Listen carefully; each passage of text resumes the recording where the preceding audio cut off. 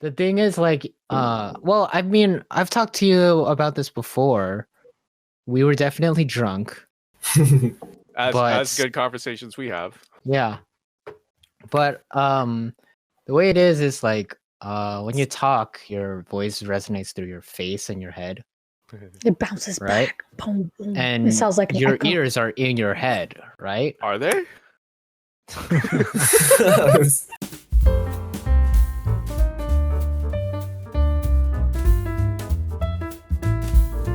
All right, so hello and welcome to another episode of the Something Dumb podcast. I'm your host, as always, a slightly drunk and apparently dopey sounding motherfucker, Coronel. Along with me here is Alino, Nick, and Kim. Say hi to the audience, the 4 or 5 Hello. people who actually watches our stuff.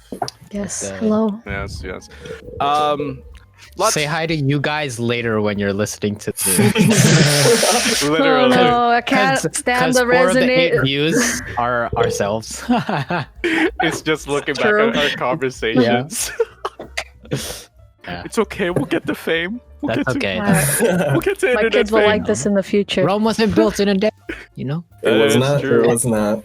That is true. I was watching like a Chris Broad TED talk, and he was like, "Yeah, I made my channel to 100k subs, 100k subs in about 2 years." I'm like, "Oh, we have to do this for two. We have to do this for multiple Sure. years." But If you're having fun, it won't even feel like 2 years. Exactly. that is Yeah. true. That is true. So, lads, for the topics of conversation today, obviously we got to talk about La La Land because that is the title of this episode. But before that, let's go with our standard of what piece of media that you guys watched this week that you feel like sharing.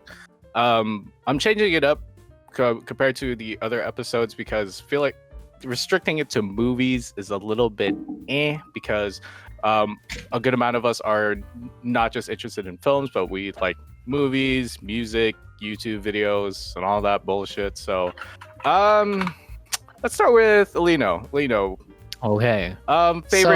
favorite piece of media you've seen or consumed. In the past week. Okay, so in the past week I consumed Taylor Swift's newest album. I listened to that. Came out with a new album. I think it was like in December or something. So here's the thing. I guess she did like no promotional stuff on it. Like there was no marketing at all. Really? Like, and then someday it just dropped. Yeah, it's called. So the title of the album is called Evermore. Like, oh, okay. What? It came out on the 11th. So actually exactly a month ago. Exactly 31 days ago. That's such a. Why would they not do promotion? Yeah, it's like one of the biggest pop stars in the world, and they did like no. So that's what. So if you listen to it, and even if you just look at the album arts, Yeah. it's a very like personal and intimate type of album, and a lot of the tracks are like not overproduced pop songs. They almost have like a bedroom pop, indie pop vibe. Like stripped down, but not Stripped down. acoustic. But not some are acoustic, but some not, right? Mm. But you know what, like that type of vibe. Yeah, right? yeah, Like yeah. MXM Bedroom tune pop, you say? and Claro and yeah. So I don't know. It really felt like kind of a return to form, I guess. Like I didn't really listen like to a lot of her stuff, really. But I have this idea of like her before she went like super famous. She was like this like kind of like bedroom country singer type vibe, you know? Yeah, that was And then she got her. really pops. That was her whole origin story. She was like, Mhm. she was a country pop singer, and then she started doing more pop, and then it started becoming more like techno. Just to keep up with the times, because pop was evolving from like. I remember pop was evolving from like I think Justin Bieber's like Baby was like the first introduction to pop music with rap, and then next it was like dubstep was a thing, so they started incorporating dubsteps to pop music, and then now it's funky wave or like synth wave stuff. That's why The Weeknd has like that kind of thematic thing right now. Mhm. So Mhm. that's interesting. Yeah. but this really feels like I said, like a return to forms. Like this really gives me the type of vibe of like when she was like starting to come up in the early days before she went super pop. So I really liked it. Do you think that's kind of like the like a good practice for musicians to kind of just after a couple albums they go back to their roots? I think I mean as we'll see in the messages in La La Land, that's pissy caca. Like Yeah. I think that musicians should do what they want. And to me, this felt like she really wanted to do something like this. But, you know. Well, And what I mean by that, because mostly, you know, I speculate just because my only knowledge for like the music industry is the documentary for Ed Sheeran's Songwriter. And in that movie, he kind of had struggles of like when he was trying to make his like latest album, the studio executives was like, we need this song again, you know, we need the hit song again, like that type of like vibe. So I feel like she would be someone who would have that kind of trouble. So that's why I'm like, probably musicians at some point need to make an album just for themselves rather than for executives. Which I guess brings to the point which kind of reasons the fact that this wasn't so heavily marketed. Yeah. Would you? I can see that. Yeah. I can say that if that were the case, but I wouldn't know. Also, but apparently this is the second album this year. And I didn't listen really to the first one. She made 2 albums in 1 year? Yeah, she dropped an album in July. And then that's why when this one came out in December, everyone was like, oh, secret album. Like not an EP, but like a full album? Like a full album. The one in July was let's see, 16 tracks. Oh. Yeah, and then this one, I don't even know. Was this all after that like Scooter Braun drama that had gone on? The what? What drama? My information is very limited on this, but I do remember that Scooter Braun was like, I think fucking her over with royalties and stuff. Perhaps, maybe. My info could be wrong. But yeah. I don't know. I just remember her. I remember that being a thing.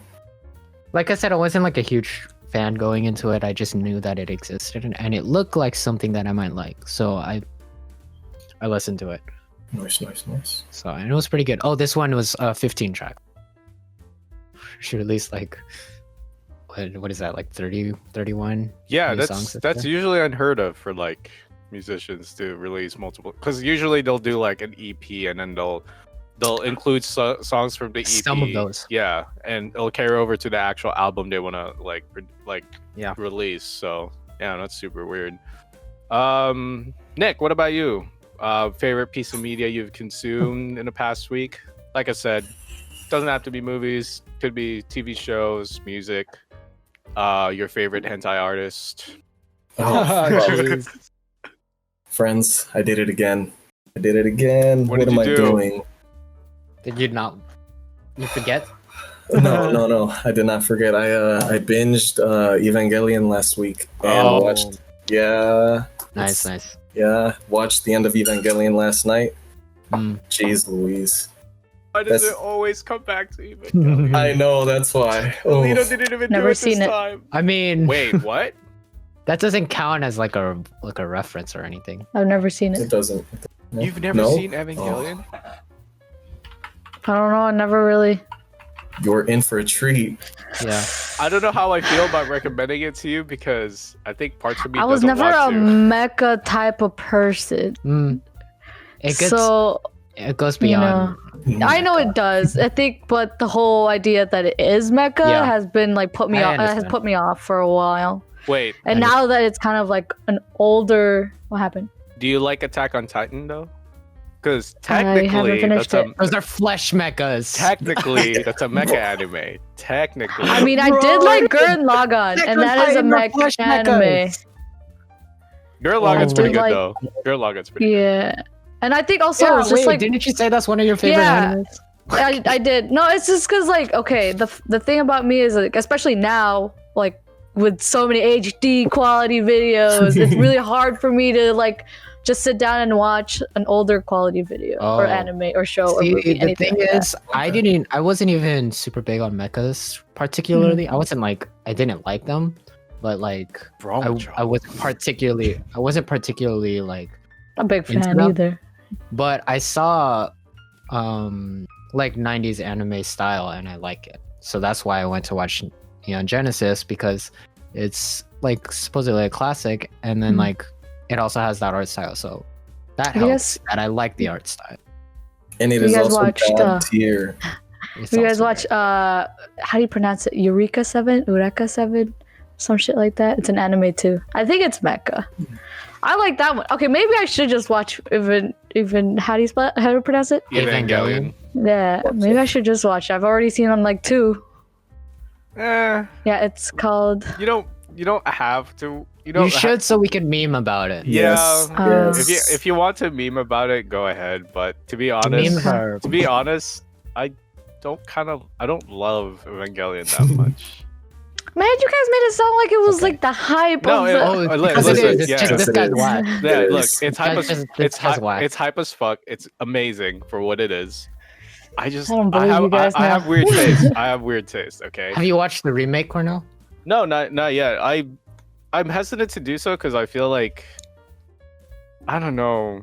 I feel like the retelling of the story in a different definition, different resolution won't make a difference for me. So I'm like, Oh, there's some different things in it though too. Really? Right? Yeah.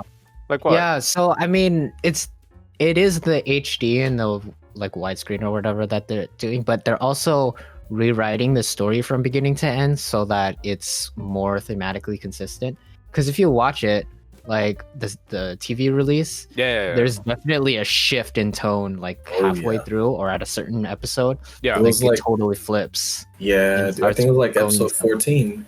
Something like 15. That. Yeah, but I feel like that's part of the charm though of Evangelion. I think that's it hooks you at the beginning with the monster of the week. Yeah, because like this is the reason why I love Darling in the Franxx. I love Gurren Lagann.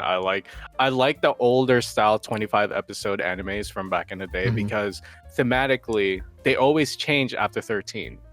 They always change after episode 13. So it's always kept me interested, you know. I mean, I also like feel like 25 episodes, it helps not make the anime feel so rushed. Because I feel like with animes that I've liked that were like 12, 13 episodes, I'm still like itching and craving for more. Like I wish it was longer, you know?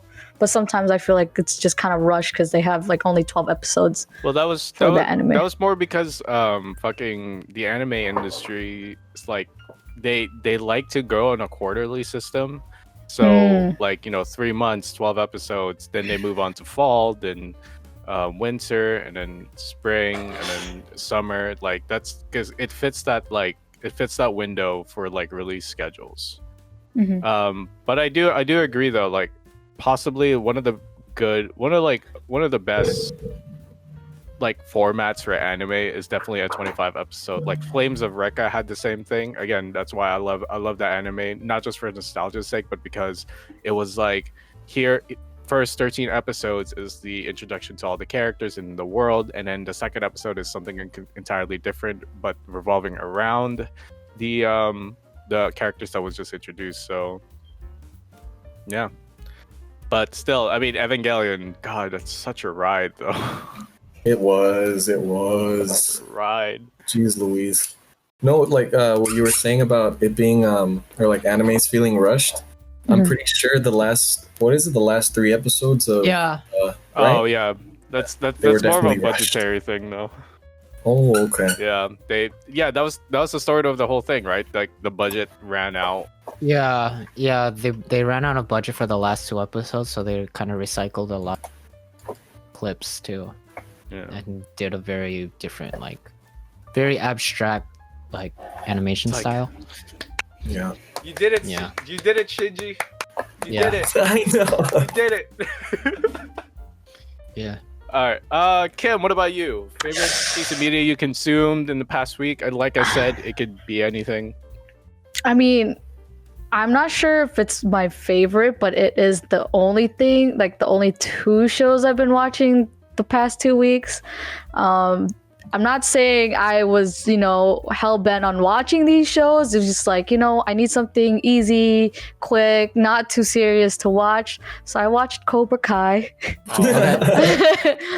And thoughts? Okay, so I just realized that I didn't know there were 3 Karate Kid movies, and I've only watched the first one. So when it was having all these flashbacks of like these scenes, I was like, where did this come from? Like, what? This happened? I don't know. I think there's like a lot of like frustrating parts that, but at the same time, it's just like, I should expect it because it's a karate movie. I think there's just like scenes where like for anybody who hasn't watched it, do you guys mind spoiling a scene or two? I don't know if you guys are planning on watching it. Okay, cool. Spoilers.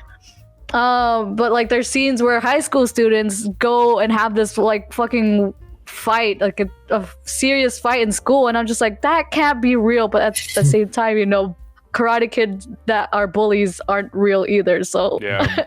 I think it just like the technical side of me was just like, principals wouldn't let this happen. Like, are you for real? Like, why would? And then like kids breaking into other people's houses just for the sake of like winning the title of like best karate kid ever. I was like, this would never happen. Like, didn't they use like 20 too for the bullies? Yeah, probably. Like, they don't look like high schoolers anyways, Yeah. I think that's also why I like the most recent one with Jaden Smith, because they're actually little kids. Not like little kids, but it's not like 20-year-olds beating other 20-year-olds. Yeah. If I wanted to watch a grown ass man, do karate, I would watch Ip Man. But Ip Man though, good movie. I have not watched it. I don't want to say I haven't watched it either, but I've seen clips. Yeah, me too. And then the other one I watched, but that's also because I'm all about like teen drama, because it's just more of like nostalgia. It's easy to watch, nothing too serious. Is Chilling Adventures of Sabrina on Netflix, and I want to say is that that gory reinterpretation of Sabrina the Witch? Yeah. Oh. Yeah. Is that good? I want to say I like the first 2 seasons, and I want like. If I'm gonna be honest, like it kind of started falling off in terms of like the screenplay, like the writing itself. But I'm not sure if it's the same writer who wrote Riverdale. All I know is that it mentioned Endgame, and I was like, bro, no, like why? Like this, like everything, like first season, like got me hooked because it's just like, yo, this is really cool. It's twisted, gory. It's not like the funny Sabrina Teenage Witch that you watched in like beginning of the 2000s, and then all of a sudden the more recent ones that like it got really cliche and like really and I was like, and when they put Endgame in the script, I was like, no. And I was like, did the same writer from Riverdale write this or something? Because like where did this whole Endgame thing come from? Because I don't understand why. What happened? I don't understand what you mean by Endgame. It's I don't know if you see dropped it or something. They probably like made a reference to Endgame like within the script, which I'm assuming is a move. No, it's not. No, I don't know. I don't know what, but there was a long-standing meme for a bit last year, maybe for Riverdale, when they put in the script like, we were supposed to be Endgame. I was like, why is that a thing? Like, that doesn't sound romantic at all. It sounds like a fucking, I don't know.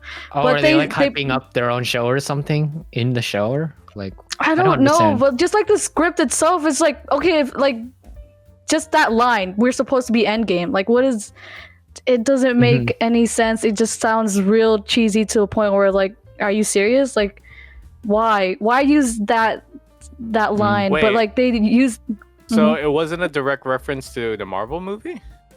No. I think it is talking about is it? Maybe. Is it? I don't know, but I have no idea.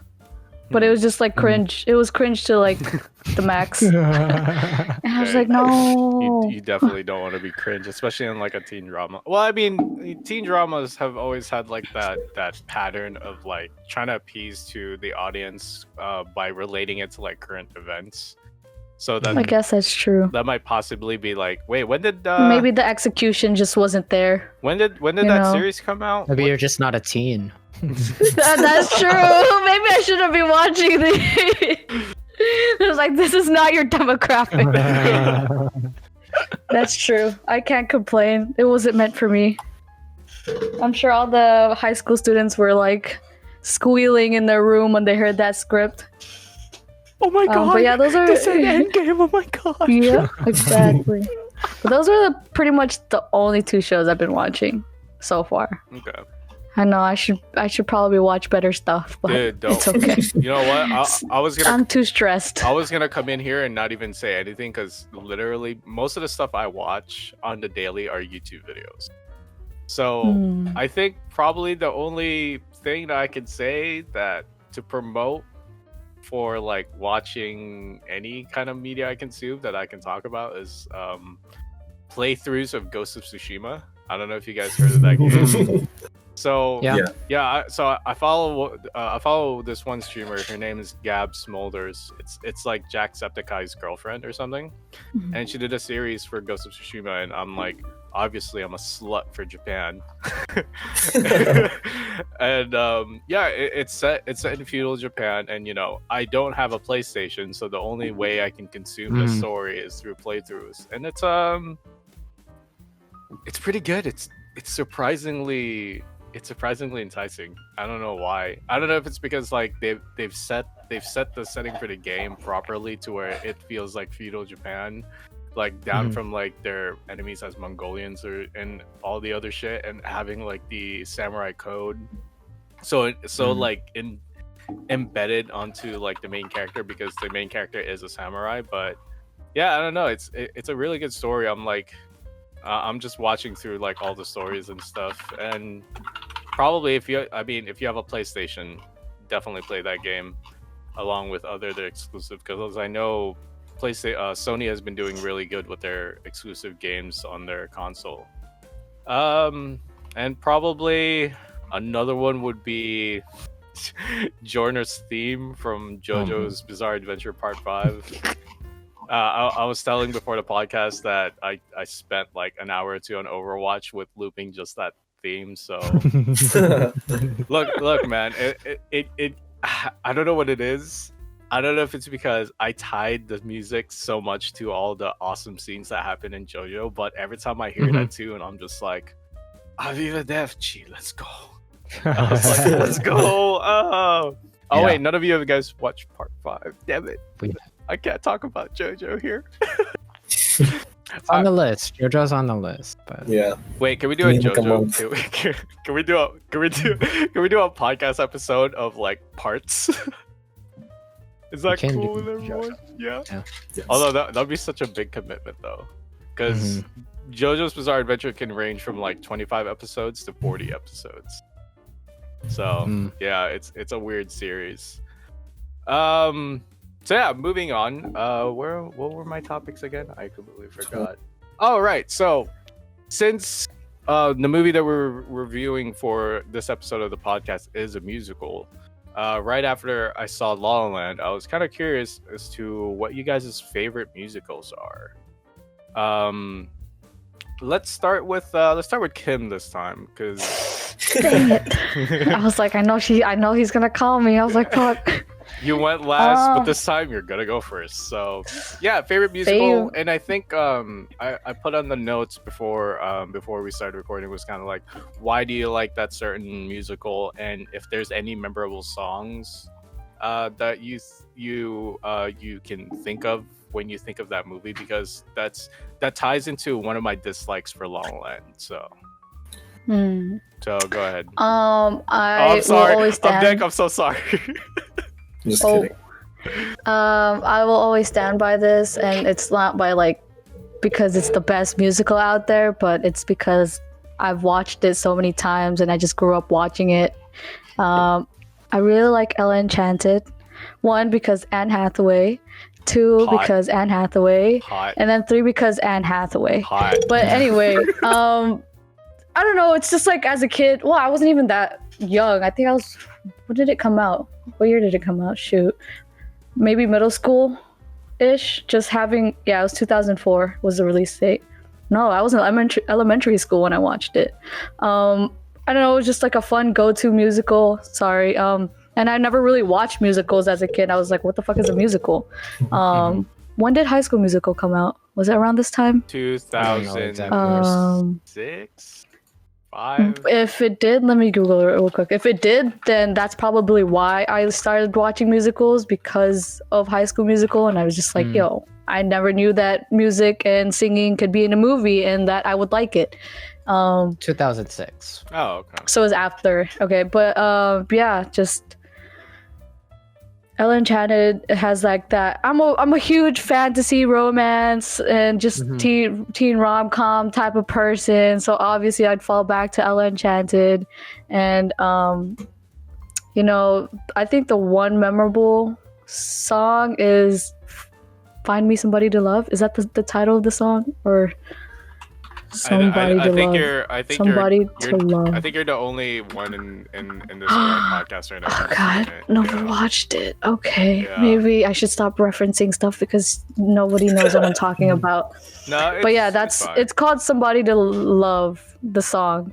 But the reason why it's memorable, it's because it's like the one part that like it's like the turning point of like when the person starts to fall in love with the other person, I guess. And then, you know, my cheesy ass was like, oh my God, romance. And then, yeah. But it doesn't help that, you know. My heart is warm. My heart is warm. But I'm pretty sure like 75% of the reason why I like this movie is because of Anne Hathaway. Like my gay heart was just like, yo, Anne Hathaway is hot in this movie. And I was like, yep. Yeah, and then I'm pretty sure I forced myself as a kid to have just dreams. You know, I was like, I want to have a dream about Anne Hathaway today. but yeah. Oh, you know the internet existed back then. You know, but I was a closeted gay kid.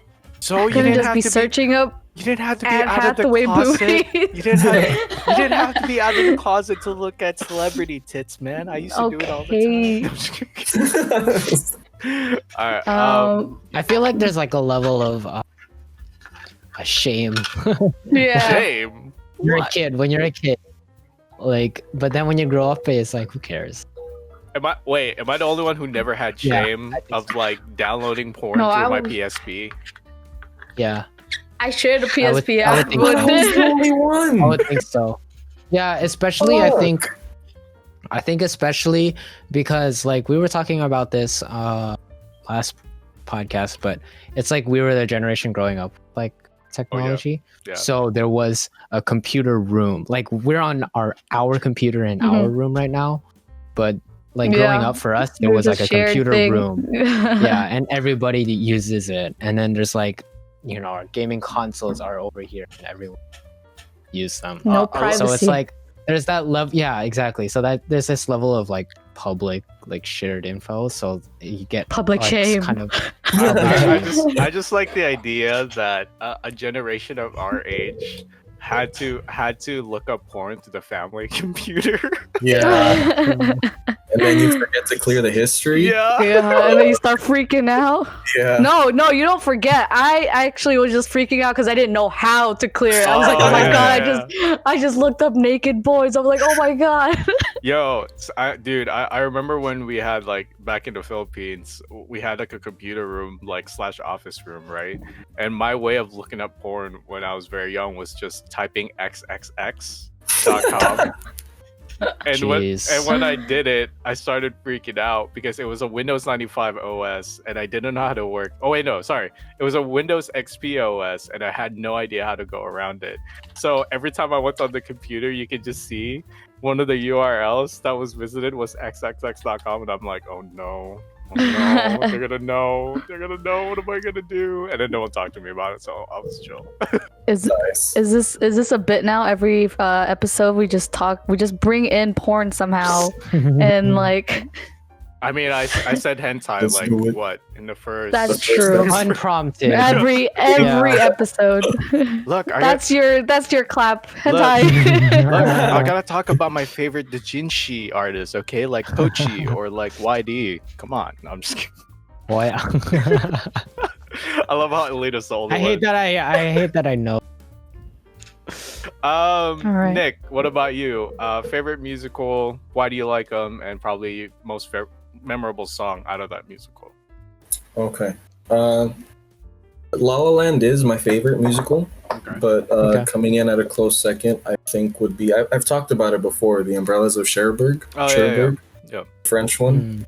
Yeah, there's not a song that I remember in particular, but there is like just one word that they sing, and it's the girl's name, the main character's name, Genevieve, and just the way that like they sing her name is it tickles like everything. It tickles everything, man. Yeah. And like reason why I like it so much was because I remember like going through like a phase of watching like French films and stuff, and the male characters are always fucking assholes. Fucking dicks, man. They're just dicks, Really? and they get the girls for being an asshole. Typical bullshit like that. I kind of felt that way. I mean, okay, this might be like cheating, but I kind of felt that way watching this movie. Oh no. Is it really that much of an asshole? Not just the asshole part, but also like the tickling part. It's like everything you just said. I kind of feel that way about too right now. Okay. Yeah, like but with that one, the male character that was written was actually like so different from all the other French characters that I had seen. So it was really nice to see like a good guy, I guess. And he gets done dirty as well. Well, I don't want to say dirty, but something very similar to what happens to Ryan Gosling in La La Land. Wait, Nick, I'm curious then. What's your favorite song from La La Land? Fuck. I know it's hard. I know it's a loaded question, but I like humor my curiosity because the epilogue. I feel like it's cheating, but at the same time, man, it gets all of it.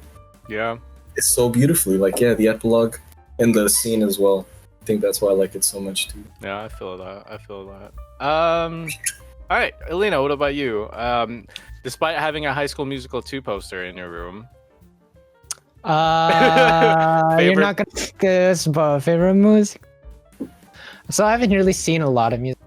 Ones that I have were not good.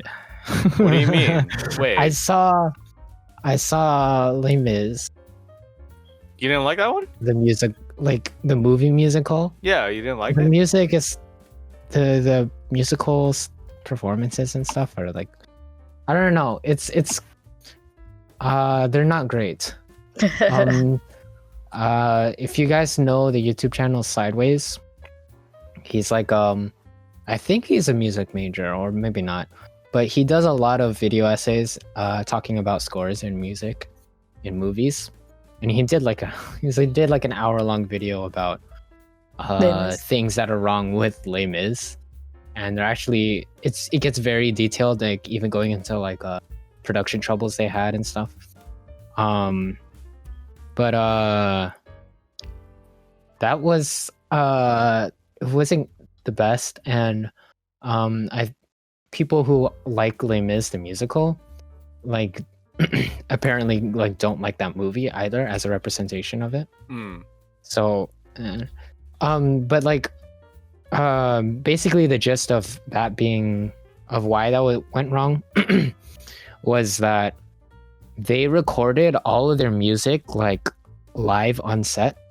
Not the music, but the singing. What? The actor's voice. Yeah.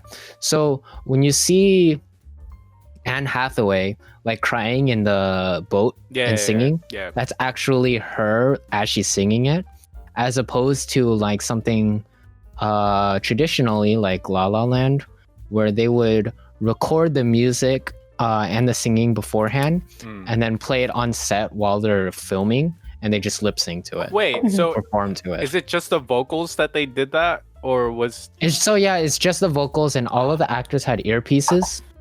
So they actually recorded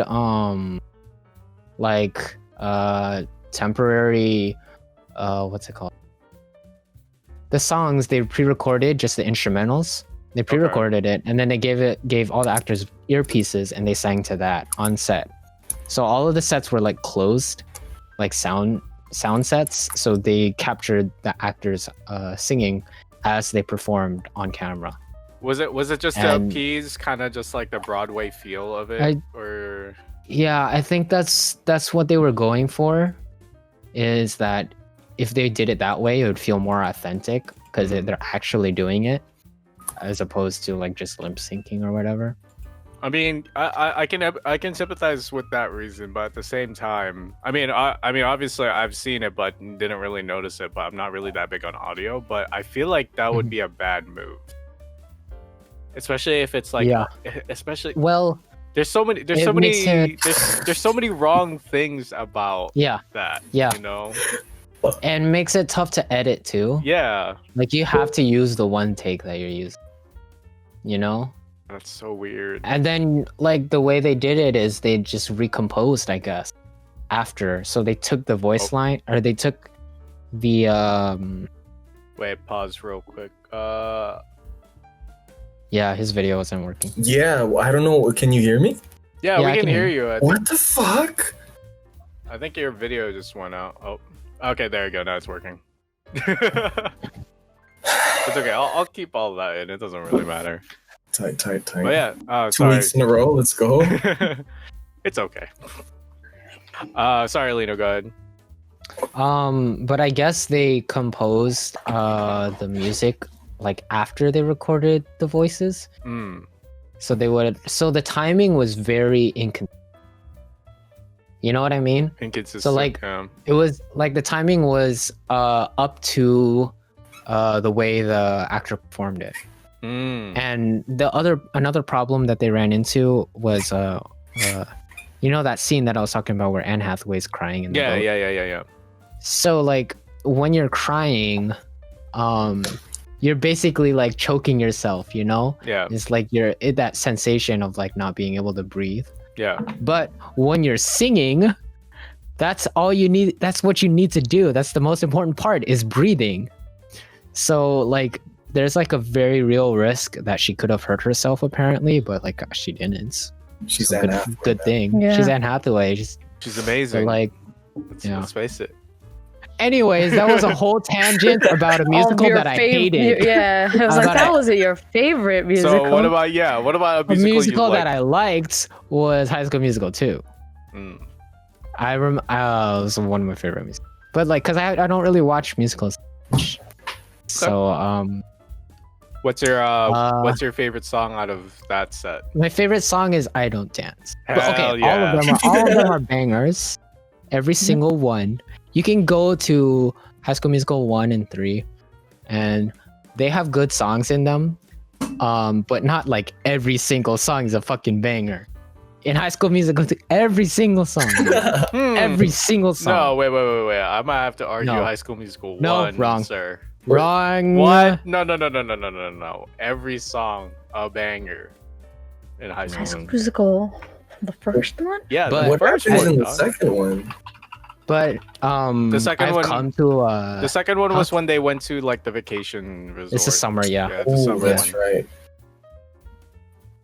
Yeah. I remember I Don't Miley's. Dance have come out. Huh? I remember Miley Cyrus had like a cameo in that movie. Yeah, in like the summer in the pool party. Yeah. Like that shit was there. wild. Yeah, that was like the coolest thing growing up when like Disney Channel stars had crossovers. Yeah. Yo, remember when Hannah Montana did like The Sweet Life of Zack and Cody? Yeah. Dude, that shit blew my mind. Yeah. But sorry, not to digress even more, but keep going about High School Musical 2, even though you're wrong. But like but anyways, like I was saying, my favorite song in that was "I Don't Dance." Yeah. And I've grown like it was great like growing up, but like I've grown like a better appreciation for it now because of the subtext of it being about like the sexual tension between those two characters. I don't know if you guys picked up on that. No. Because basically, if you watch it again, you will definitely see it as an adult. There's like some intense sexual tension between them. And then like at the end of the baseball game, they literally swap clothes. And I was like, oh, that just means they're like good friends now because they got over their differences. Whatever. We're good buddies. Yeah. We just switch clothes. All quirky. Homies. All quirky Homies. like. Yeah. Between But who? what's his name? Chad and Ryan. Mm. The two main people in I Don't Dance. Because I have to Ryan rewatch. I don't Ryan is like he's like a theater kid. And Chad is like like the athlete. Oh, Sharpay's brother. Oh. Yeah, Okay, yeah. And Chad is like an athlete, and he's like, I don't do that like theater kid shit, right? that's what they're saying, right? But what they're really saying is, I don't fuck with guys. Oh shit. You know? And he's like, I know you can, right? He's like, I see it. I know you can suck my dick. Come on, let's go. Yeah. And then they switch clothes. And I always thought that was like, oh, they got over their differences and they learned how to be good friends. I'm like, good friends don't just swap clothes.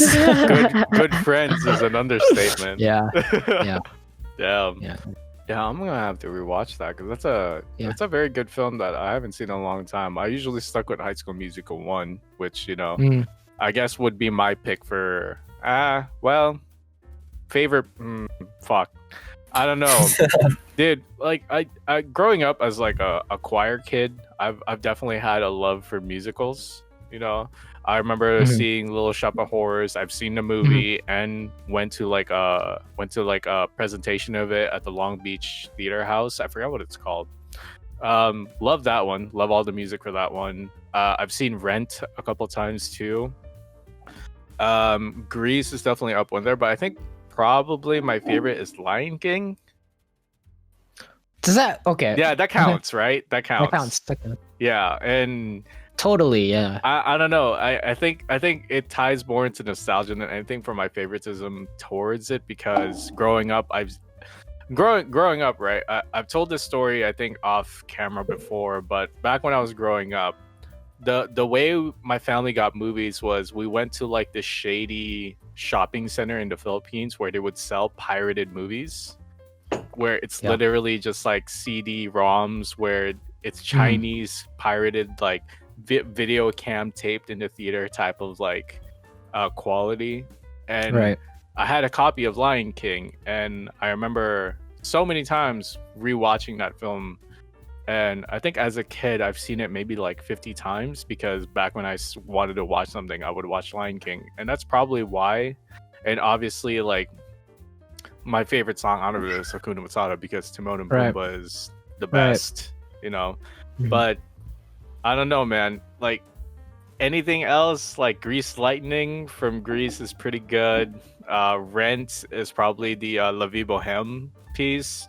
I don't know if you guys have seen that. Like, I can pick out this. My opinion about like this topic conversation will go directly to our La La Land review because one of my biggest dislikes about La La Land is I don't remember any of the songs. Nick will probably Nick. Sorry, Nick. I know you really love this movie, but this is the first time I've watched a musical and I don't remember any of the songs. I see. It's really weird. Like, we've known through like the past episodes, I have weird taste when it comes to movies, but for me, like the way I judge musicals is that if there's one song that I really like, or like if there's one song that will get stuck in my head, that would be a good musical. And for this one, it's like, Like High School Musical 1 was start of something new. High School Musical 2 was the dance party. Like, there's so many like I can point it out, but La La Land. I don't know. What was I gonna say? Did you see what is it called? The one with the freaking carnival? Greatest Showman. Never seen it. Yeah. Love Kim, it. you saw it, right? What did you think of that? Because that was the other musical that I was thinking of when I said all the musicals I've seen like sucked. I was thinking of Les Mis, and I was thinking of The Greatest Showman. Wow. I think for that one, I think I've talked to you guys a little bit about it like my issue with it is like the music choice for the movie was it didn't match it, right?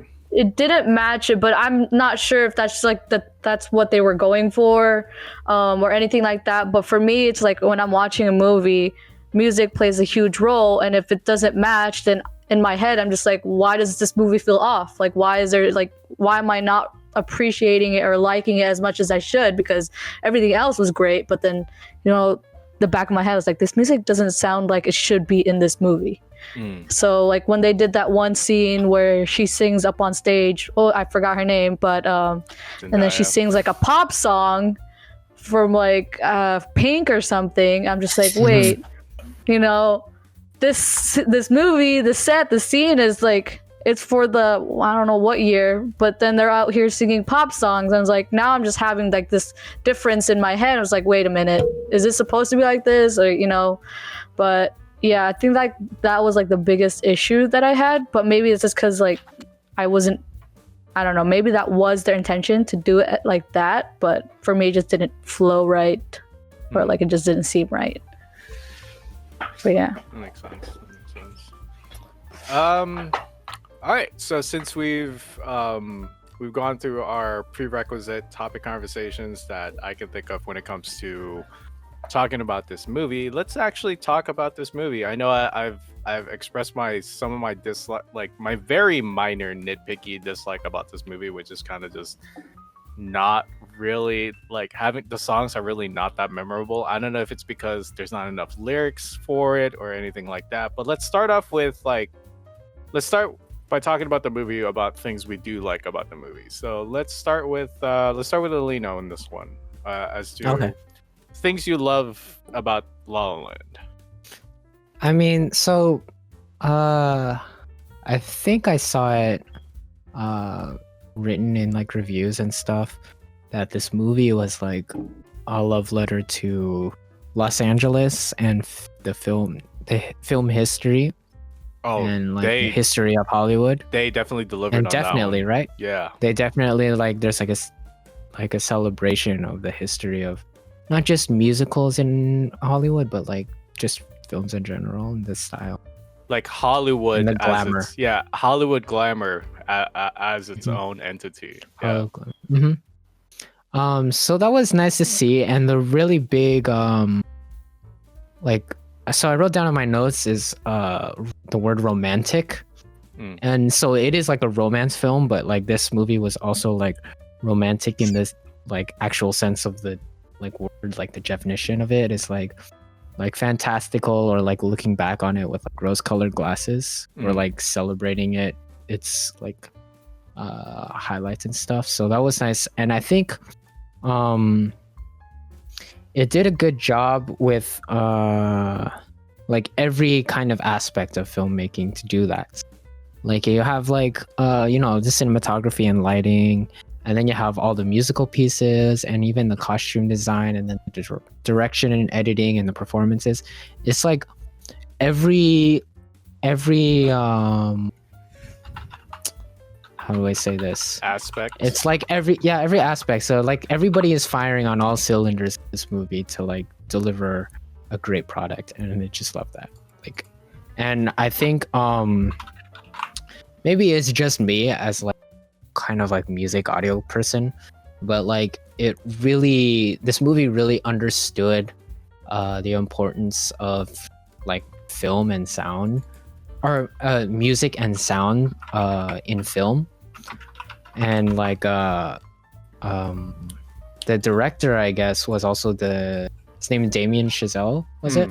He's also the director of Whiplash. I don't know if you've seen that. So he Whiplash is like the jazz drummer. Yeah. What's his name? Miles Teller. Miles Teller. And I only remember J.K. Simmons. J.K. Simmons. That's the word. I was gonna say J. Jonah James. Spider-Man.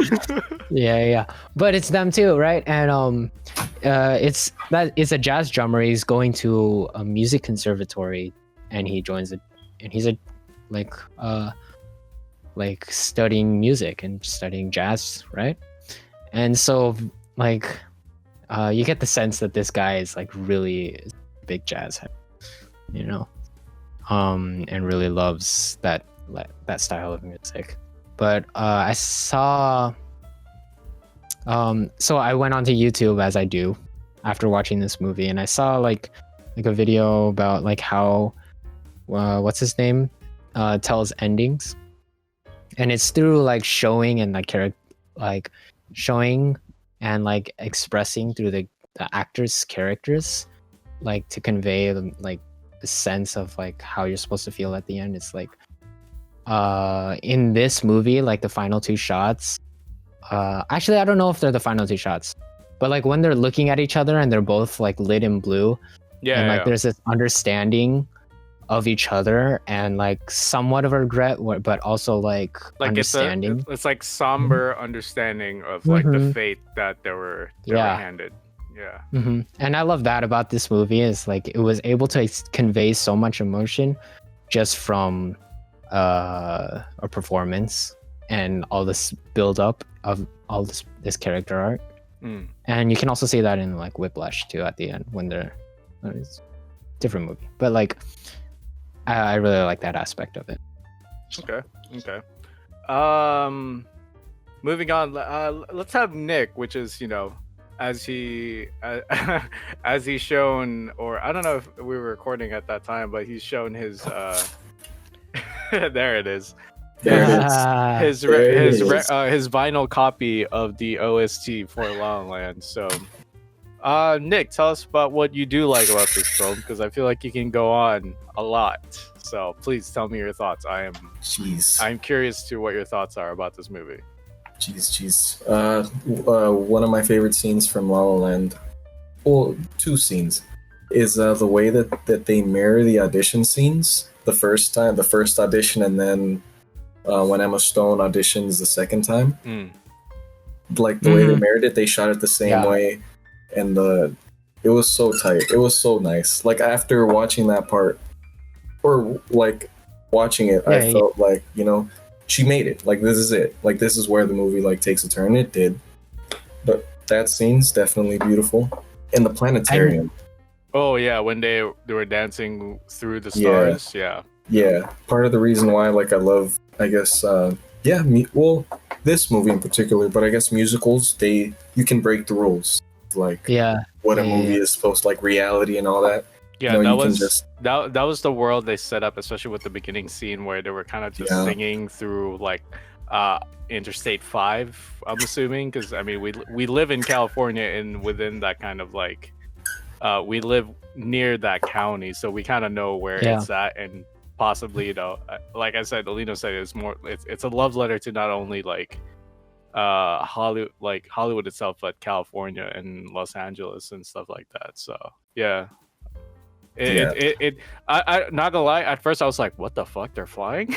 But but it makes sense, and it made sense. It was cool. I like that.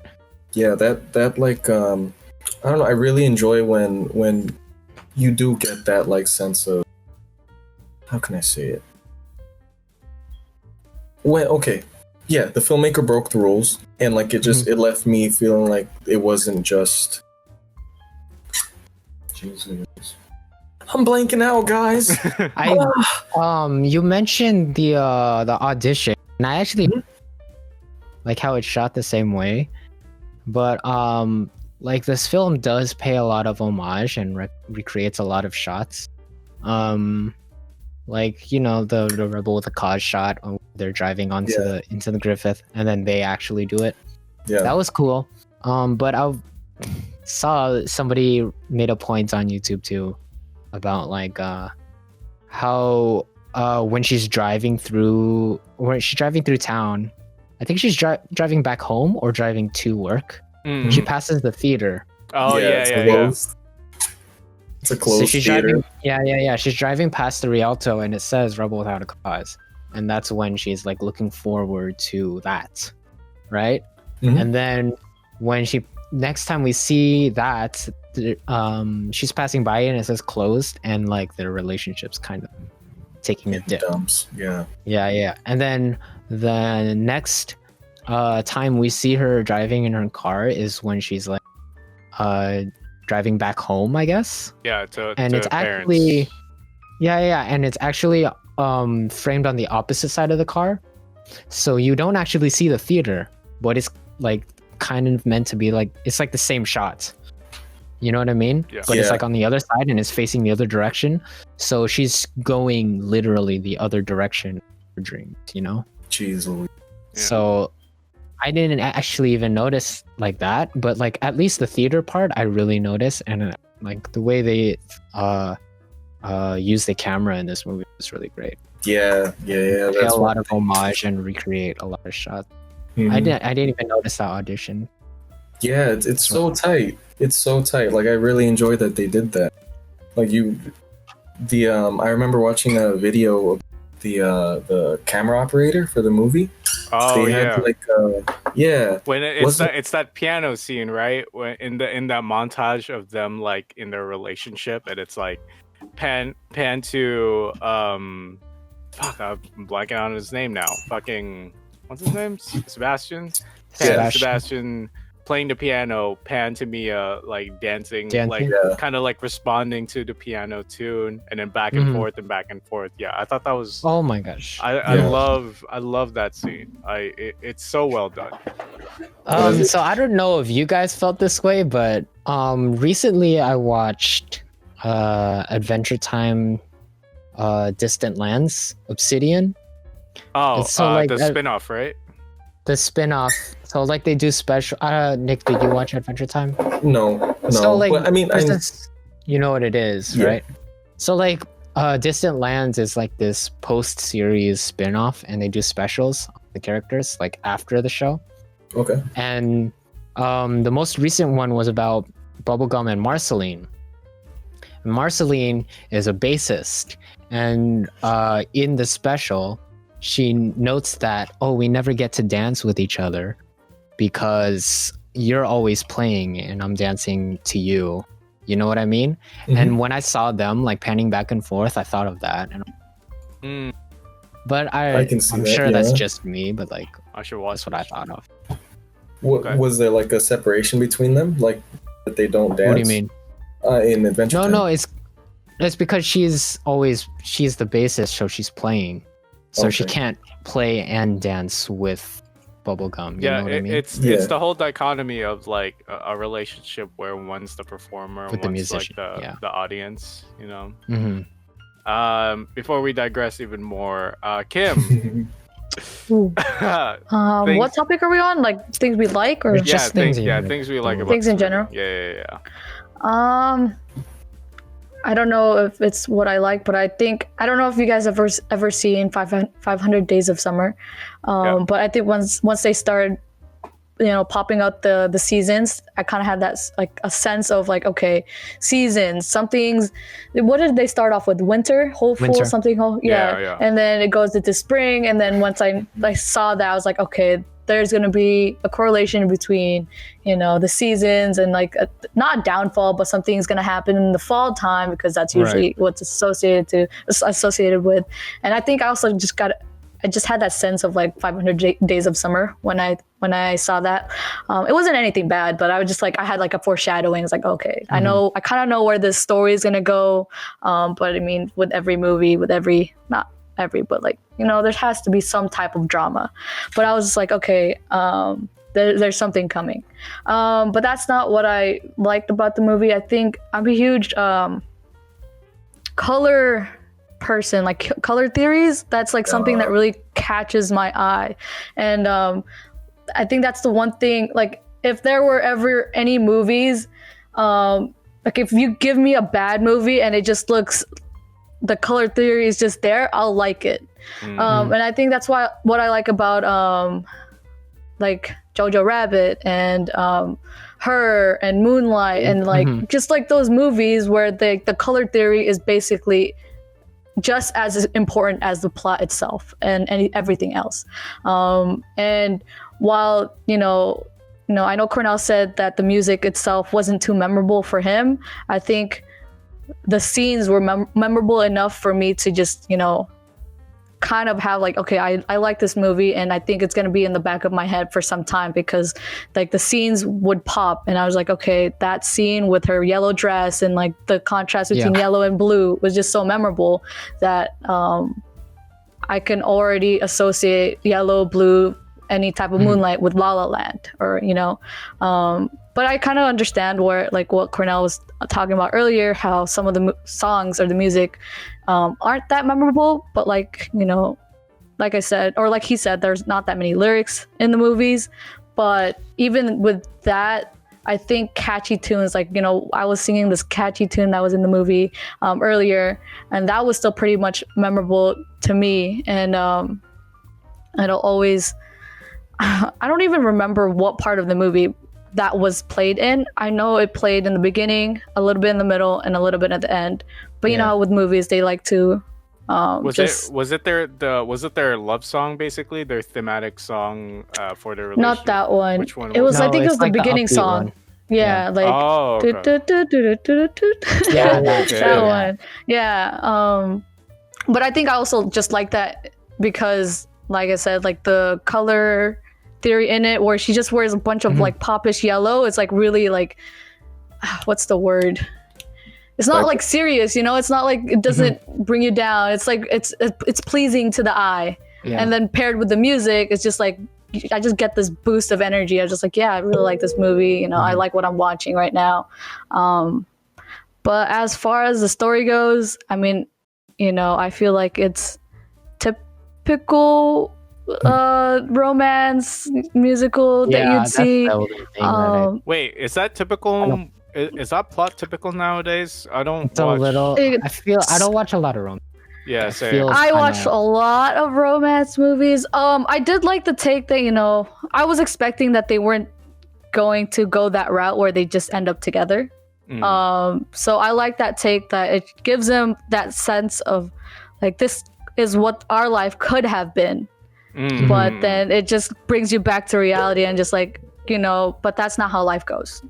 And so that was kind of cool, like how they just didn't fall back to like, oh yeah, they're gonna end up together happily ever after. But from the start, I knew it wasn't gonna be that go happy, lucky, whatever feeling. So yeah, that was pretty cool. Yeah, I felt the same way when they ended up together and they had their highs. Like they kind of showed the highs of their relationship in the middle of the movie, because I literally did a double take not a double take, but I literally checked the time code when they got together and started being happy and shit, and I saw that it was the half of the movie, and I'm like, oh no, my heart's gonna break and I'm gonna cry. Oh no. Oh yeah. Sorry, Lena, what were you gonna say? Well, I mean, I really know, like, I agree, like, they did a really good use of color here. And I saw online somebody said that the, like, costumes are very specific, and it's like, it's most evident when you, in the, the pool party scene at the end when they're talking. Oh, right? Yeah. And he's wearing red and she's wearing yellow. And that's when they're like just meeting each other. They're like not on the same page, and they don't like really agree with each other. It's and contrasting. Like, yeah, it's contrasting, and it's like like even when they do their musical number together, there's nothing really anything here, right? It's like we're not vibing. What a waste of a. Like there's that like there's that spark, but it's misaligned towards each other. Like you can tell. Yeah. But then when you get later on to the start to match, and especially after her audition, they're both sitting up on that hill at Griffith Observatory. Oh yeah. And they're both wearing blue, and she goes, "Where are we?" And he's like, "Griffith Observatory." No, but like, where are we? But they both know, like, that they can't really do this, that they have to follow themselves, like their own dreams. They both know that, and they're both like wearing blue. And they kind of like match, their costumes kind of match. So and basically like the color has its own character, like subconsciously you're like, associating it, like, oh, yellow is like this personality and like it's upbeat and everything, but and blue is just like its own thing. No, yeah, I like that part of the movie too. Just like you said, everything just seems like it comes together. Like it has its own part, and it's like equally as important. Yeah. Yeah. And what a good oh, sorry, go ahead. Oh, I was gonna talk about the dinner scene when he comes back or like comes back from being when he surprises her. Yeah, the tension build up in that, and the camera work, the editing was. Yeah. That's what I'm saying. Like, what a great movie for every aspect of filmmaking to be on display, to be like a movie that celebrates like great filmmaking. Is like where every aspect of this movie, attention was paid to detail, and everything is working. You know. See, that's honestly, that's probably like if I'm gonna talk about my likes for La La Land, honestly, that's probably the biggest one. Is that the attention to detail, just from the mise en scène from every frame to the cut, like Kim said, the color theory.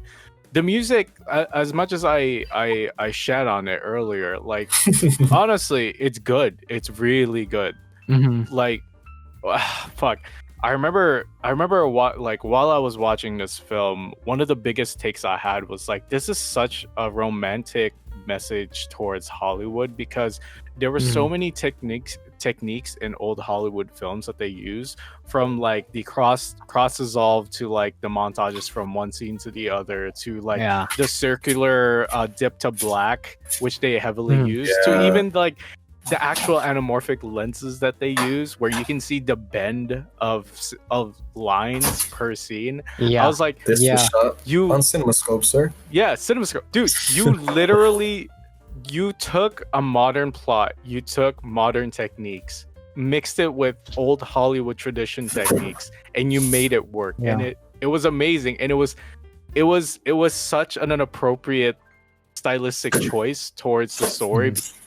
Sorry, because it was about Hollywood. It was about struggling creatives trying to make something out of their life, which is the biggest fairy tale when it comes to people moving to Hollywood and LA, because that's what you always think of. It's like, oh yeah, I'm a writer, I'm gonna go make it big in Hollywood. I'm a musician, I'll go to Hollywood and make it there. I'm an actress, I'm gonna go to Hollywood and make it there. It's such an amazing homage to that fairy tale, with a modern plot of like, not all musicals always end in a happy ending, with techniques of like, especially the oneers in this film.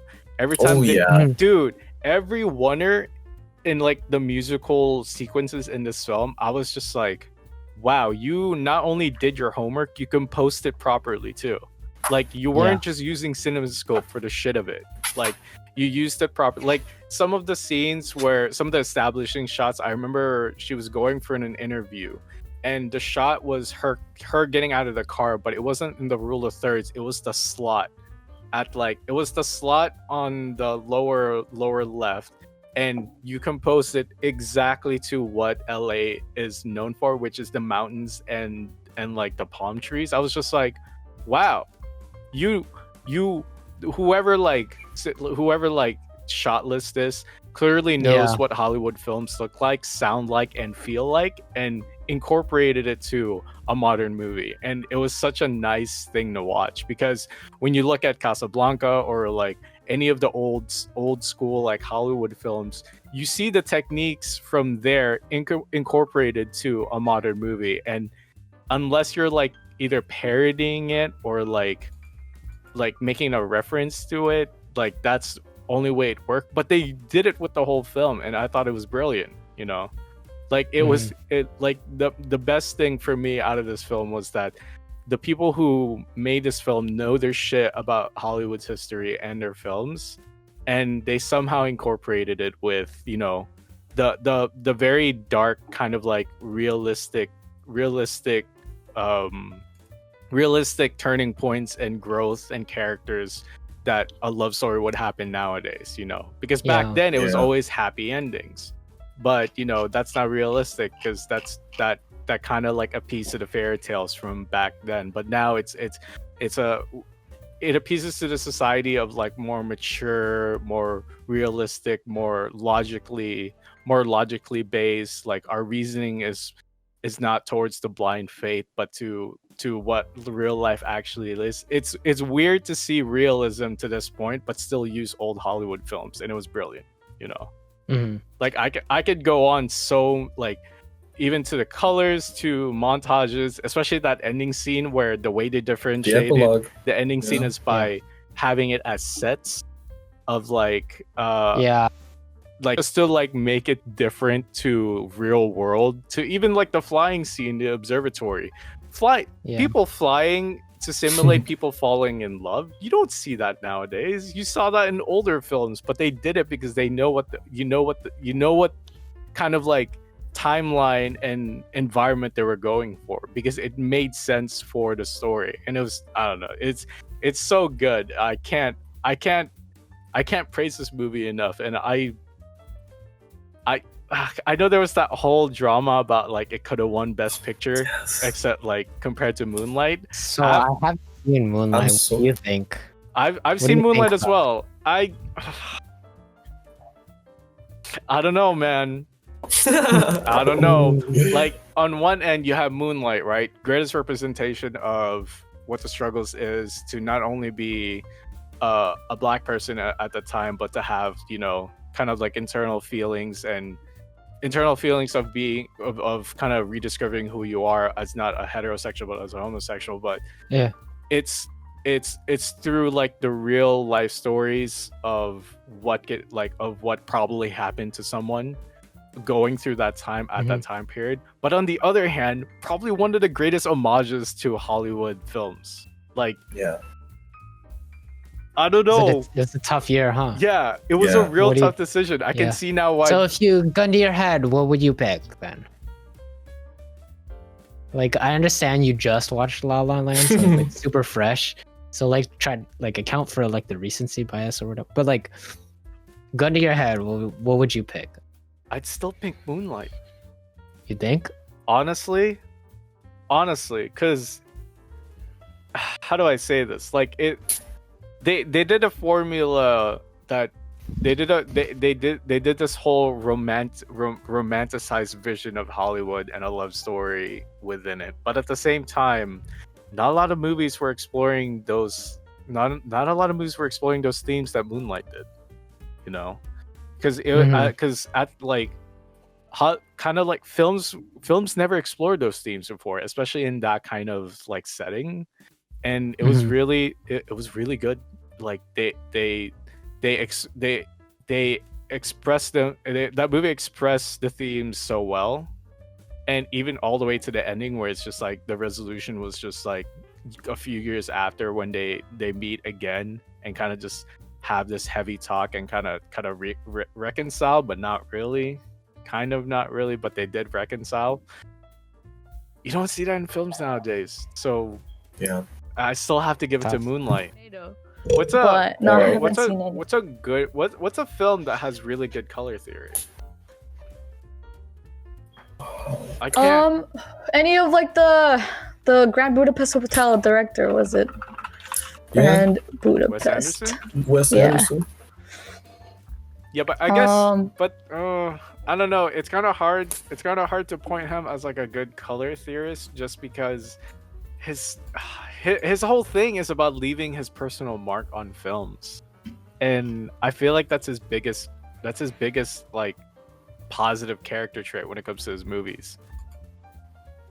Because I saw like a video about Wes Anderson and how like he loves to show the fact that a story's being told by someone through his movies. So I think that's more of his charm rather than color. Is that like what is it? Like auteur, being an auteur? Yeah, auteurship? I think you can count Wes Anderson as an auteur at this point. Yeah, because if he makes a film, it's his film. You know, like Blade Runner 2049. You can say it's his. What was this? Denis Villeneuve. Yeah, you can say it's his film, but Roger Deakins clearly, like, helped. Like it's so influenced by him, you know. Mm-hmm. So I don't know. I would. Yeah, Wes Anderson's definitely more of an auteur. But while you were gone, Alino, can you think of like a film that's known for its color theory? Like, oh, is that what you were talking about? Maybe not. Like, I mean, I wouldn't say color theory is like its own like actual own thing, but like it's there and you notice it. And it's like it makes an impact, you know. Obviously, it's not like the entire main thing of the movie. Like I'm not gonna say Wes Anderson films are all because of color theory, and that's why I like it. But with the story and everything, it's just like it's a nice touch, and it makes it memorable. Feel it. Yeah. Well, Lino, color theory. So one of the first things that I would think of, obviously, is Blade Runner, but there's another like a video I saw on YouTube about costume design, and I don't know if you've seen Baby Driver by Edgar Wright. I have not. But he I guess this is more of costume design than like typical color. But like at the beginning of the movie, so do you know what the movie's about actually? Yeah, it's about like baby's basically like a driver for criminals heisting for banks, and then he falls in love with, you know, typical romance, but he has to kind of juggle between his shady kind of life versus, you know, so he tries to get out of it. So at the beginning of the movie, he wears like throughout the movie he wears like a varsity type jacket, and then like his shirts, and then he just has like a plain shirt underneath that. And so at the beginning of the movie it's like white, right? Because that's when it's like most disconnected from this world and it's clean, right? But then as the movie progresses, he gets deeper and deeper, and he gets into more shit, and then it starts to that shirt starts to darken, and it's like really gray at the end, where when he's like in the like when the tension is at its peak. And also Jamie Foxx's character in that movie is designed like very heavily with the color red, and and his character in that movie is very aggressive and like angry, and he's an asshole. You know, and I think they do that with like other characters too. Like I think Baby's boss is like always lit in green, or he has very specific moments where he's lit in green. For greed. I can't remember the actor's name. That's so weird though. I can't think of his anyway, it doesn't matter. Fuck that guy. Yeah. Who cares? But he's always like lit in green, and he's like greedy. Yeah. So it's so I guess that would be the most prominent example that I can just like colors having their own personality, its own character, and just growing with the plot itself, as opposed to just like having the actors and actress make the development for them. It has its own unique take, and that's why like I said, maybe color theory isn't the right word, but color theory is something I like, but also just like the color, what's the word for it? The concept behind it, and like what it's supposed to represent in the movie, and how it's supposed to, you know, transition to maybe certain parts of the movie. It just like and plays a big role. I think that's what I like about the use of color. Would that be what you like the most out of La La Land, or is there any more after that? It's like part of why I like it, because like once I started to pick up on like what certain colors, like what I thought certain colors meant, I was just like, okay, this is kind of cool. It kind of just added a more like a second layer. Like, okay, this is cool. Like I know what's going on in the story in the movie, but like I'm also understanding like, oh, you know, there's this whole other thing going on with the color, and like it's kind of like connecting together. And I don't know, maybe it's just like a huge realization in my head. And you know how people like to feel good after you know, solving a math problem, and I just, you know, I solved something. I was like, whoa. Now we've seen Moonlight together like a couple of months ago. Would you rate La La Land better than Moonlight as in that kind of sense, or nah? No, because, well, one, I've watched a lot of I'm a huge, like I said, romance, teen romance, just drama romance in general. And like, as far as the story goes, the story was, you know, your typical, except for maybe the ending. But I mean, musicals are also something, I don't watch that many musicals, so I'm not that, you know, knowledgeable or whatever, but I want to say, like, I don't think what was the drama between those two? It was just like, so I think at the time, I forget which Oscars, or was it Oscars? I don't know. It, like, they were awarding, they were like trying to award who would win Best Picture or something like that. Okay. And I think the host was like, "Oh, La La Land." Oh, in reality, it was Moonlight. Oh, yeah, like the whole drama. Yeah. Okay. Yeah, he misanounced the winner. Yeah. And later they revealed, like, on the card, what it said was, like, at the bottom, it was like runner-up La La Land, but like in the center it said Moonlight or something. Yeah. I don't know. It was weird the way the card was formatted, but it said who second place was. Yeah. And they shouldn't have put that anyway. Yeah. Maybe in the bag, so that way no one gets confused. Or like put it up on the screen or some shit. Yeah, just that's not on true. the fucking card, but Yeah. But I think also why Moonlight stood out more for me is just like the theme itself, you know, as a fellow LGBT member. Yeah. Just how it portrays the hardships of, you know, I never went through, like, you know, getting beaten up because I was gay, but definitely gotten some, like, cyberbullying maybe here and there, but just that, and then like being scared of actually it kind of relates to like how I grew up in high school, and like I had a crush on somebody, and that person wasn't out, but I was basically out with my sexuality, and I was like, I think the fact that they were hiding it and like they didn't want to be known, it kind of like, it was a big part of my life moving forward, because I'm just like, well, what if, you know, I get into another relationship, I'd be scared that they wouldn't want to be they're not comfortable being with me and stuff like that. So I think overall story, theme, and everything, Moonlight, you know, just hits it out of the ballpark. But at the same time, like you guys, I'm not really into the whole, you know, you guys grew up in LA, you guys appreciate LA. Like for me, LA was like whatever. So I didn't get to see that part of the movie under like what you guys saw it as, you know, homage to LA and stuff like that. So maybe I'm missing a big part of why it was considered Best Picture. I do kind of agree with that notion that if you're from LA or if you lived in LA, like you would love this movie way more, just because there's so many aspects of this film that kind of just romanticizes that area so much, from like the sunsets, every scene with a beach, or like every when he was on the pier. Dude. Honestly, as soon as I saw that scene, and I was like, oh shit, I've been in that scene. I remember being there. I've been there so many times. Holy fuck, that's amazing. Like even at the Griffith Observatory, like as soon as I saw the building, I was like, hey, I've been there. Oh my god, I've been there. I know that place. I could drive there. I think that's where I'm like very indifferent about, because like I've been to those places, but I never romanticize those places, those locations, because I don't really care for LA. You know, I'm more like a nature person. Like LA is such a busy lifestyle, like a busy city, and I'm just like, I want to stay away from it. So maybe that's why I didn't see it under that point of view. Interesting.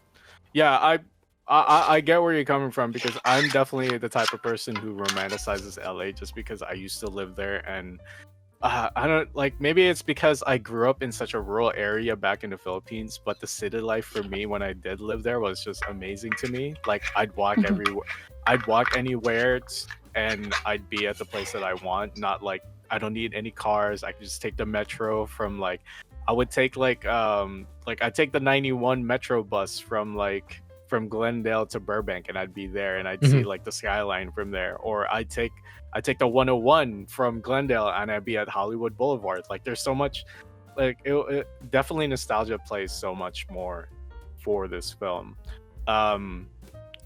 So going off that, we've raved for this movie. What about dislikes? Because, you know, I've expressed that the only thing I hate about, or not hate, but like the only dislike I have dislike for this movie is the fact that the songs as a musical wasn't that memorable for me. But I'm curious about you guys. What I disagree. We were talking about this. We were talking about this before, but like that, or I think you said it earlier, but like that one line was really memorable for me, and it got stuck in my head. It's like the upbeat. I think it's the opening scene. Yeah. And they play it in the epilogue too, and that was really memorable for me, and it got stuck in my head for the past 3 days or whatever. And I like that, and I like how they incorporate like kind of a jazzy feel to the music too, because it made sense, right? So I disagree on the count that it was not super catchy. Do you dislike anything about this movie then? Like, I mean, I feel like I can like maybe for Kim I can say like the plot was kind of mid. Yeah, I mean that would probably be the biggest thing. Oh, okay. But at the same time, I think I didn't come into this, for the plot itself. Like it was like a minor. Like I also wanted to just see like what the whole rave was about. I obviously did not think it was because of the plot. Like it looked like from the trailers, it looked like your typical romance, type of movie. So there had to be something else to kind of like bring that out there. But yeah, plot was like all right. Okay. I agree with that too. It felt just kind of really typical, at least at the beginning. Like the ending was like amazing. Yeah, the ending definitely was something. But I think I wasn't expecting. But I think the setup and like the build up of the relationship was kind of kind of typical. Nick, what about you? Since you've proven to us that this is one of your favorite movies, so, any dislikes at all or nah? Fuck, man. Yeah. The reality of it, I guess. Just that the way that they depict reality, where you can't. Dude, do you guys hear my cat? Yeah. Fucking little bitch, man. The cat knows you're talking shit about. Little fat ass over there. No, the reality of it, that you can't, the way they say it, or the way they depict it, is that you can't, I guess, achieve your dreams in LA with someone else there with you. I guess like you had to well, the way that they did it, they fucking put all their energy into themselves and both did what they wanted to do in the end. But it just, I don't know, that shit, it's the hopeless romantic in me, I guess. I wanted them to do it together. I feel like they kind of said that like at the ending though. I kind of feel like they were saying that they didn't need to do that. Yeah, because they were like in the epilogue, they're like they chose each other, but they also still made it, and they still did what they wanted to do in that dream fantasy reality, where like both of them made it. They both went to Paris and blah, blah, blah. I guess that was the whole thing for the epilogue too, because it's like they show the scenario of what if, and there was not any. It was not that different from like their happiness like level, or like their satisfactory level when it comes to their careers were kind of the same. It's like, yeah, they were together, but they were still fulfilling their career goals and shit like that. And I guess that was the whole message behind it, was that, yeah, we handled our relationship wrong because look how happy we could have been. Yeah. But still, this is the reality of it, that we fucked up.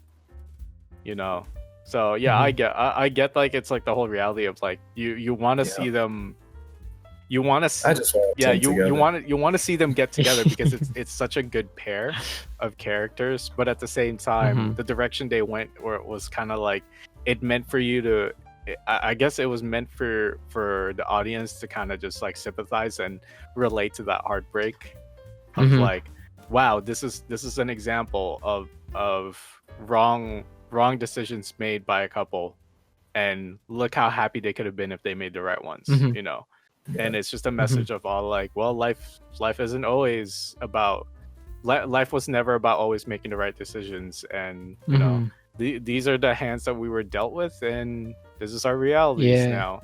And that's it. So I do get like the dislike of it, because I did dislike the fact that they didn't end up together because I really thought they would. I really thought that after through that fight of them like at the dinner table when fucking Sebastian like I was like, y'all are saying such stupid things. You can compromise, but no, you're so like enamored by your pride and making sure that it's upheld. I'm like, no, please stop. So like we touched on this earlier, but like, did you guys think that Sebastian was kind of a dick? A bit. Like a bit. Hey, so I don't know. Did I talk about it on the podcast last time where I was like, Zenitsu in Demon Slayer was like, I actually don't like. I don't like him, and I don't want him in the story. Sebastian was like an example of a character where it's like, I don't like him, but I like him in the story. You know what I mean? Yeah, because it worked for the story. Yeah. And it's like, I kind of like, if I met this guy, I would like hate this guy. Right? It's like, you're such a dick, right? But like, I loved him in the story, and I loved like his character. So I don't. Is it just because you're biased because you're a musician too? No, I'm just kidding. I can't help but feel like some of it I see in myself. It's like, oh, you know, like pissy caca, you know, like I'm gonna do what I want to do as an artist and not what the man tells me to do, you know? I'm like, you're such a dick, and I kind of understand, and I feel the same way, but you like, I don't know, dude. Don't be a dick about it. You know? Dude, I don't blame you for having that kind of bias, because every time I see a photographer in a film, I'm like, I like that guy. Every time. Yeah, I had this complicated, like, relationship understanding with Sebastian as a character. Like, I understand how you feel, you know? It's like, you as a jazz artist, like, you want to do what you want to do, but like, shut the fuck up, you know? Especially arguing with his sister. And I was like, oh, guy. Like, you can't help but think that he's... You can't help but think he's pretentious, but at the same time, you understand why he's saying those things. Yeah. Truly feels for it. That's where his passion lies. Yeah. All right, so let's end this. La La Land review with this. Out of 100, what would you rate it? Dang. Kim, I would say 91. Oh yeah, probably same ballpark, but 90s, go ahead. Probably in the 90s. 85-90 range. Okay. So it's probably a film that you'd rewatch, but it's not perfect. I was gonna rewatch it just because I was like, I felt rushed watching this. I probably missed a lot of things.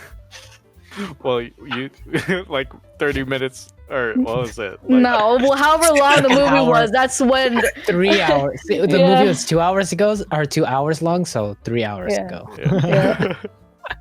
Cutting it real short. So high, like 90. Elena's like a 91. Yeah, 98, 91. Yeah, because I would say like it's definitely like watchable, but I wouldn't put it in like your top 10. I wouldn't say it's a top 10, honestly. Because like I like this movie a lot, but as much as I. Wait, you got cut out. You got cut out there. Say that again. I said I like this movie a lot, but not as much as I like other movies. Yeah. Okay. Yeah, like, you know, Midsommar, Spider-Verse, or Blade Runner. Okay, Nick, I know this might be 100 for you, but I'll still ask. Oh. It's up there. It's like a 99, depending. If I'm like real down and I watch it, most definitely. Okay, I think honestly, I'm probably on the same boat here as Nick. Honestly, like really? I would give it a 97, but it loses points for like. Again, it's just the music, man. Like, it would be a perfect movie if I can remember any of the music. See, the thing that I was gonna touch on too is like it's similar to what Kim was talking about. How The Greatest Showman was like a was a bunch of pop songs. Yeah. Mm. And I think like they call it like a jukebox musical or something. But where it's like all of the songs are like meant to be catchy and popular. I don't know if that was with La La Land, or that would have maybe helped its case as Best Picture. I don't know, but I think for what it was great, the music. But yeah. Oh no, I mean, dude, wholeheartedly, I agreed. The music was completely appropriate. You know, jazz. Associating jazz with Hollywood, especially since if you think about basically the most cliche music that was used in old Hollywood films was basically just jazz Broadway types, you know, like, yeah, I completely agree. But like I said, again, this film would have 100 for me just because of what it did and how clean and detailed and how well executed it was. Again, my bias just says it's a musical, but I'm not singing anything. You know? Oh, I think okay, yeah. That's it. Yeah, that's literally okay. it. Like, honestly, I'd probably get. You know what? I'm gonna change my answer. It's probably a 99. Okay. The story was great. Yeah. It's such a refreshing thing to see when a love story doesn't like end in a happy ending, but you still feel satisfied at the end too. That's such a rare thing to do, because sometimes when they do romantic plots like that, you often feel somber and sad because you never got what you wanted. But when you look at the story as a whole for La La Land, it's like, yeah, it makes sense. These are the people who they are, and yeah. Sorry, go ahead. Didn't they also mention like jazz is something that like doesn't have lyrics to it, but it's like how they used to communicate with one another in that era, right? And I think for me, at least, I'm not sure if that's what they were going for, the most memorable music or sounds that came from this movie were just the ones without the lyrics.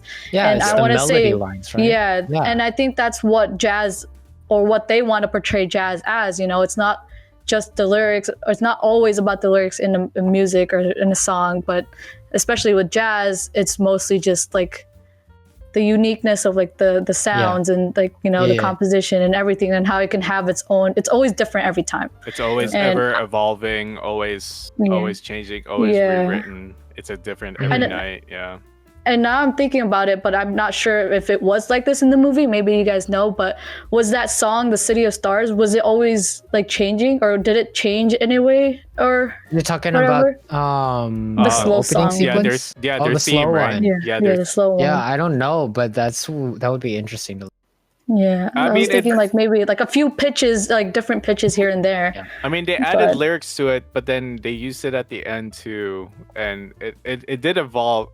You know what? You're right. It did evolve. Let me see. Because because in the beginning, right? It told he's gonna like it literally fucking track list. Dude, it literally told the beginning, middle, and end of their relationship through the same melody. You know. Maybe maybe not changed, but like it was in parts and then it just came together at the end. Yeah. Or so.